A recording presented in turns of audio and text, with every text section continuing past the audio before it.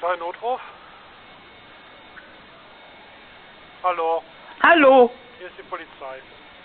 hallo, Ja, bitte. ich kann gar nichts verstehen. Nicht? Müssen Sie mal richtig zuhören.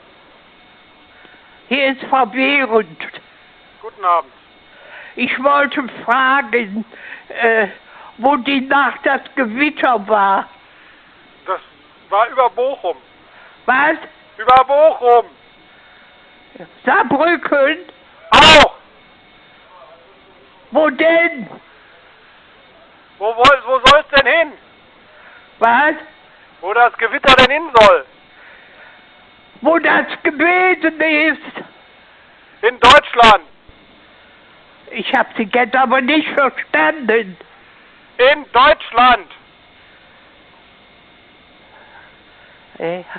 Ich hab das nicht verstanden, wirklich nicht. Sind Sie mir nicht böse? Nein, bin ich nicht. Wo war das denn? Überall. Überall. Ja. Und das war nass. Bitte?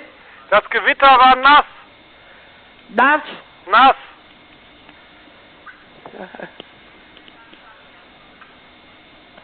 Ist denn viel passiert? Nein. Viel passiert? Nein. Nein? Nein. Nein. Ja, entschuldigen Sie, ich bin 99 Jahre Ja. und ich habe meine Tochter in Düsseldorf Ja. in Neuss wohnen und ich habe noch nichts gehört. Da war nichts. Was? In Neuss war nichts. Da war es? Nein. Nein? Nein. In Neuss, Düsseldorf? Kein Gewitter. Gewitter. Nein. War da das Gewitter? Nein. Nein?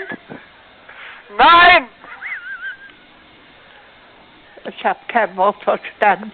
Ich habe extra eine Polizei gewandt, damit ich Antwort kriege. Ja. Da war kein Gewitter. War bitte? Da war kein Gewitter. Gewitter? Wo?